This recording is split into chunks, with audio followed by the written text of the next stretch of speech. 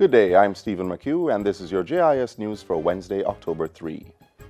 The House of Representatives has approved an extension for the state of public emergency in 3 Kingston and St. Andrew police divisions. The security forces will take hold of a 9.1 square kilometer radius encompassing the Kingston Central, Kingston Western, and the St. Andrew police divisions until January 7, 2019. This after the state of public emergency was in effect for 14 days starting September 23. In piloting the resolution Tuesday, Prime Minister Andrew Holness said the 3-month extension became necessary due to persistent gang rivalry and violent crimes which have affected the livelihood of persons in the communities. Sadly, a continuing development is the inclusion of children who are victims of and are also being used in the furtherance of crime. The informed opinion of the security forces has been that the level of criminal activity experienced continue to be a threat in certain areas and is of such a nature and so extensive in scale as to endanger public safety. Mr. Holness also used the opportunity to laud the men and women of the security forces for the further decline in the island's crime rate, which now stands at 20.9%.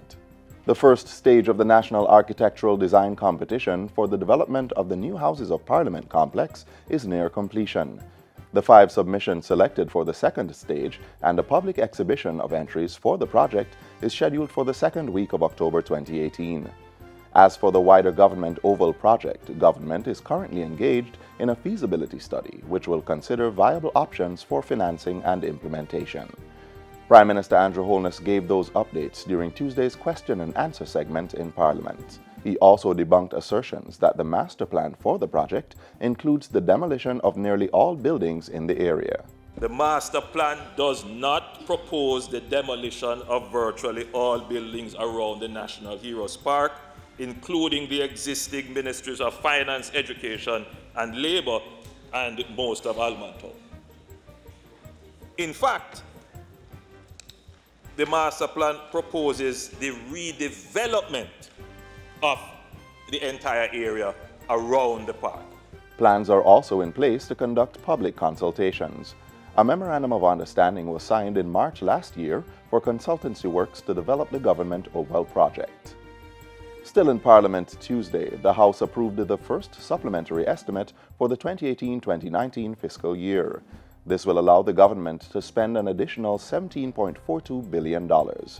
First tabled in the House on September 25, the budget moved from $773.68 billion to $791.11 billion. Recurrent expenses now stand at $572.46 billion, up from $560 billion. Development spending has also increased by $5 billion to $218.64 billion. Enhanced security measures, the Major Infrastructure Development Program, local authorities, and the re-verification of voters account for the bulk of the increase in funds. Persons are being urged to reduce their risk of being victims of cybercrime by exercising caution when downloading links from the internet. Cybercrime is a global challenge. It's not only a Jamaican problem, but indeed especially Jamaica is positioning themselves for a Vision 2030. We've seen a proliferation of digital devices, and we're expecting that more online crimes will emanate from this. Assistant Superintendent Warren Williams made the call at a recent JIS think tank. The National Cyber Incident Response Team, CERT, is spearheading activities for October, which is being observed as Cybersecurity Awareness Month.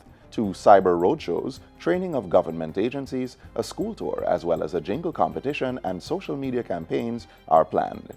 And finally, more than $10 million is expected to be earned from cruise ship arrivals during the winter tourist season. This as world-renowned cruise line TU and their Marilla passenger ship have committed to make stops at the island's ports during the season, which begins in December. The cruises are projected to have on board over 26,000 passengers.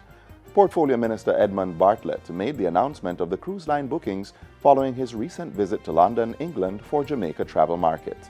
These additional passengers follow on the heels of securing a record 1.3 million airplane seats out of the Americas for the upcoming winter tourist season.